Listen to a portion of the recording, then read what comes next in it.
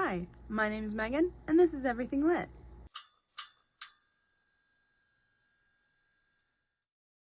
So today, I'm going to talk about my August wrap-up. It feels like I just got my July wrap-up posted, and now it's already September, so we gotta wrap this up. Hopefully this one will be up sooner than the middle of the month, but you never know. In August, I finished a total of 9 books, started a 10th, didn't finish it, we're counting that as part of September. And The Dead Romantics I finished in the first 2 days of August, so I put that in my July wrap-up. So I'll link my July wrap-up below if you want to see what I thought of The Dead Romantics. We're going to start with the actual prompts for the Magical Readathon. So for Psionic and Divination, I did the prompt O, which was read a time travel book. For that, I read Just One Damned Thing After Another. This is about a woman who becomes part of this secret time travel research university, and they essentially go back in time and observe. That's their goal, is to just do research, get data. They analyze, the fauna and like the atmosphere and the people, and they're not supposed to interfere with what takes place.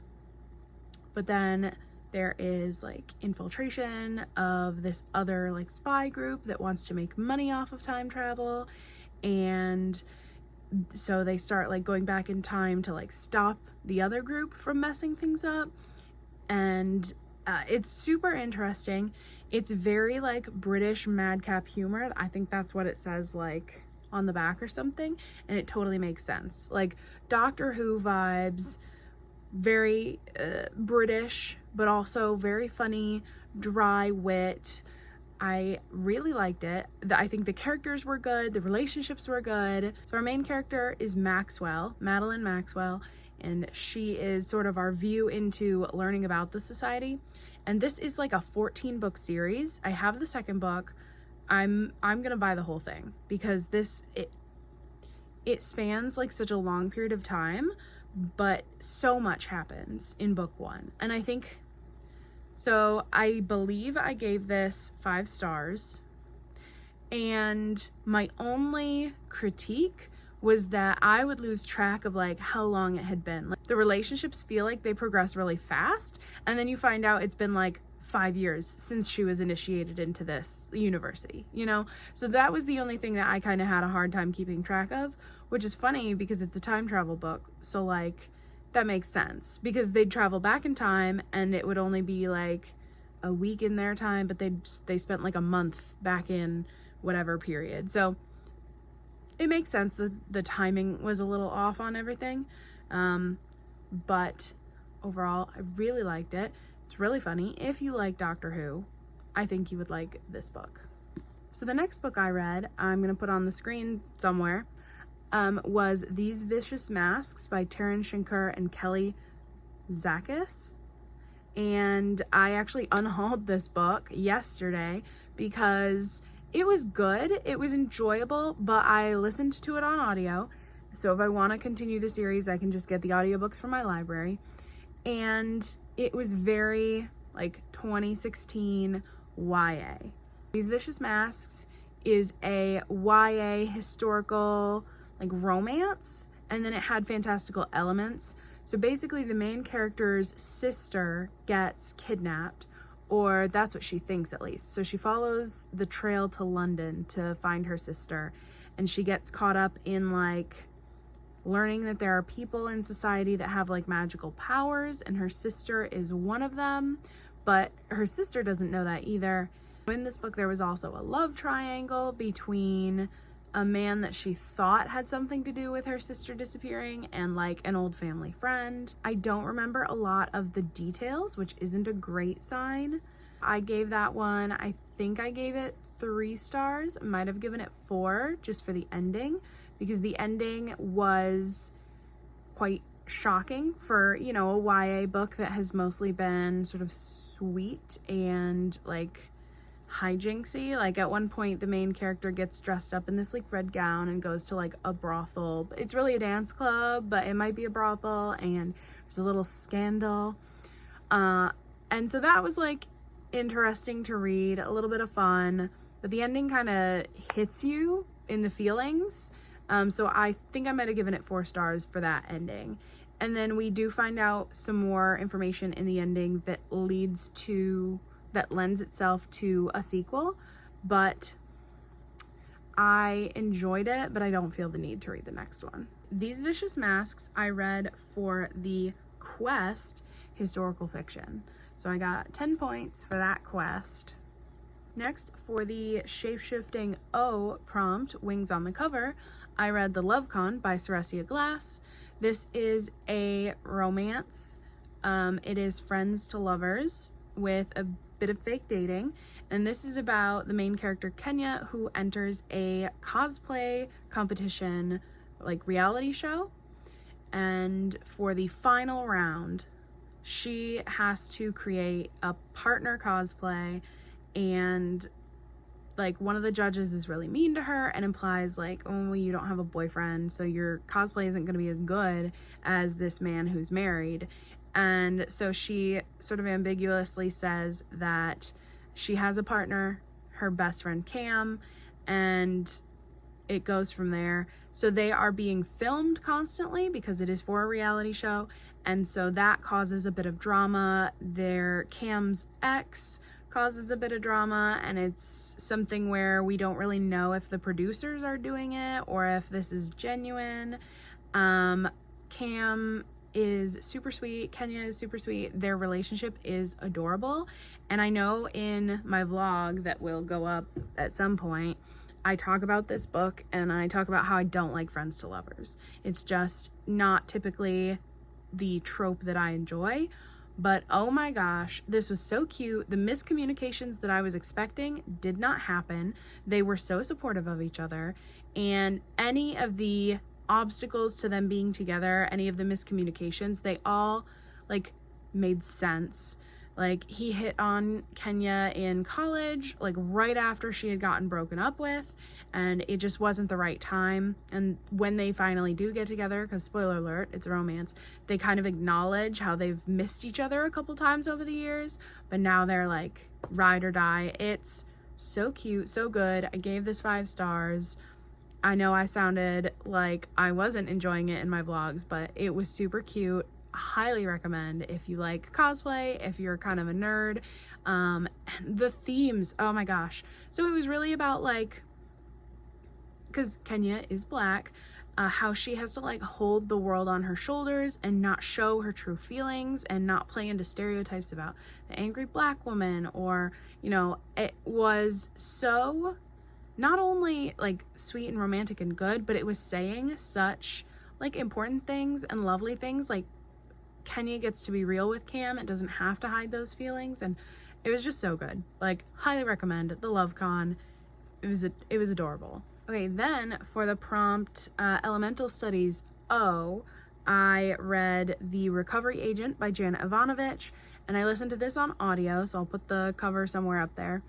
But this is about Gabriella Rose. So she works for an insurance company and finds like lost items or stolen items, and like investigates those insurance claims basically. In this like very first book in a new series, she gets a call from her grandmother. Her grandmother talks to their relative Annie, who's a ghost, and this relative says there are pirate maps buried in their old house. So Gabriella has to go to her old house, which now her ex-husband lives in, and find these pirate maps. So she and her ex-husband sort of go on this adventure to find this missing like riches. I don't even remember what they're looking for. I think it's a ring. And they encounter like a cult leader and snakes, and it's very like adventure movie kind of thing. And it was super fun. I liked the characters. I liked Gabriella. I liked her ex-husband, surprisingly. I think comparing it to Stephanie Plum is fair in that it's like, so Stephanie Plum is a bounty hunter. Gabriella is a like lost items finder. So she's not looking for people, she's looking for things, but it's very much like doing research, staking things out, wearing disguises. The big difference though is Gabriella feels competent, you know, she knows how to use a gun, she knows how to kick ass and take names. whereas Stephanie is sort of your average girl doing all those things. So it was super fun. I gave it 4 stars, and I will like keep an eye on the series and listen to the next one on audio when it comes out. For the O prompt, Art of Illusion, I read Firefly Dance by Sarah Addison Allen and these 3 other authors, Catherine McGindy, Augusta Trobach, and Phyllis Schreiber. This is a book of novellas, and it is one of the few things by Sarah Addison Allen that I had not read yet, so now I have. And so this contained 4 novellas. The first one was The Stocking Store by Phyllis Schreiber. And The Stocking Store is about like times changing and things disappearing and remembering and keeping memories alive. So it sort of ties together this stocking store, where you buy like women's stockings, disappearing to department stores and things, to remembering the Holocaust. And it was very short, very interesting. I think I would give it like 3 stars just because like it was so short. I didn't get a good handle on the characters or their relationships or anything, but its strength was the voice. It was really well written, and you sort of fell into this voice and their understanding of the world. So the next story was Petey by Catherine McGindy. Oh my gosh, Petey was so cute. I would give that 5 stars. It's about this young girl, Petey, whose family moves from, I believe it's North Carolina from North Carolina to Texas. And it's about place and growing up, and Petey like meets their downstairs neighbor, who is like a young woman who travels a lot, and it sort of brings her into the family. And it was so sweet and so like steeped in like adolescence and being a young kid and not really understanding the world that's going on. Like her parents are struggling with their own things, and as the reader you kind of know that, but it was so good. I almost cried at the end. I think it's the longest story in here. It was very good, 5 stars. And then the next one was Resurrection by Augusta Trobach. I like that one a lot less. About a boy who finds like a 2-year-old or like a little boy when he's out in the woods one day. He's trying to find this boy's family, and somehow the little boy is Jesus, and he is saved. And the main character may die at the end. I don't really remember. I don't know. It was very strange. There was a lot of tension about like finding this little boy's family, and then the people in the town who have guns and a lot of dogs barking and are really mean and don't like people on their territory. He goes to those people because he's nearby their land when he finds this little boy and wants to see if like this little boy belongs to them, and then they end up beating him up, and it's just strange. And I don't love religious stuff, so it was an odd one. I would give that probably 2 stars. The last novella was Sarah Addison Allen's In My Dreams, I think is what the whole collection is called. The whole collection is called In My Dreams. And it's several like smaller stories that follow the same family. The main character, Louise, it is like her perspective on her great aunt Sophie and her mom, and it has like sprinklings of magical realism with like her father having died recently, and it just follows their family like healing from that, and her mother getting remarried. And it's just like little stories that chart this family for, I don't know, probably like 20 years. So in the first story, Louise is really young, and in the last story, she is a full-grown adult with her own life, but she's still, having dinner with her great aunt Sophie. And They were really sweet. Something about Sarah Addison Allen's writing that is so, I don't want to say kind, but it's so gentle. It's so magical. Her perspective on the world, or the perspective in her stories, is very comforting to me in some way. So that was lovely. Overall, I would give this whole thing probably 4 stars, just because Petey and Sarah Addison Allen's stories really just brought it up. Next book I read for the Art of Illusion Q prompt was A Spindle Splintered by Alex E. Haro. I really like this author. I read their other book, The 10,000 Doors of January, but this is about a girl who is obsessed with Sleeping Beauty, loves Sleeping Beauty retellings and stories, studied it in college, and then for her 21st birthday, I think, she has her best friend throws her a big party, and there's a spinning wheel, and she pricks her finger on it like as a joke and gets tossed into another version of Sleeping Beauty. This has like a multiverse of stories, and everyone's story is connected, but there's always variations. And she meets the princess in this other story who's been cursed to be Sleeping Beauty and fall asleep. And we learn like why the witch cursed her and how everything is not as it seems. And then they try to not only save that Sleeping Beauty, but the main character has this like terminal illness. And so she thinks like maybe there's a way to save herself if she can save this other Sleeping Beauty. It had a really interesting perspective on like disability in fairy tales, touched on like disability in folklore and the kinds of people who are drawn to certain stories. And it was very fun.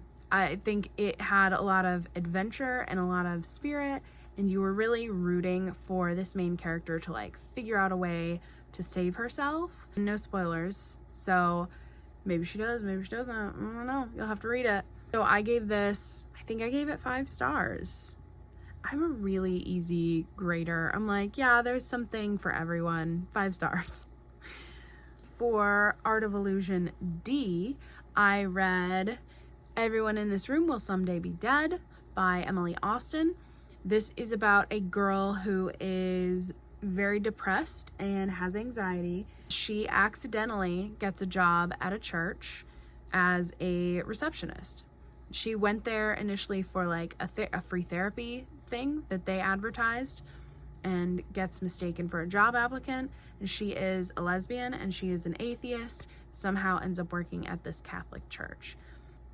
I thought that this book was like darkly comedic.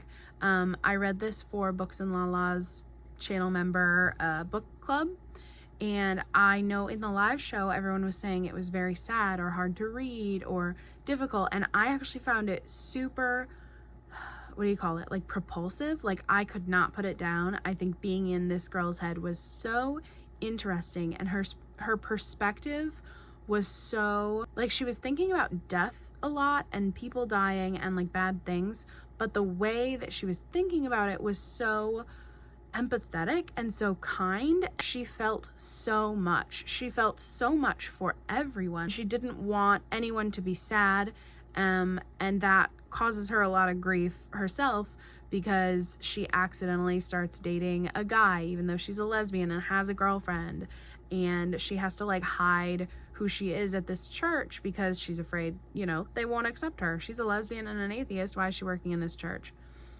And so it was super interesting, and it sort of charts her mental health. And then the like main plot is that the previous receptionist was an old woman who died. She gets involved in investigating this woman's death because it could have been murder.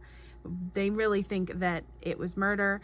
There's this storyline of a nurse who confessed to like murdering a bunch of old people. I really liked it. I gave this 5 stars.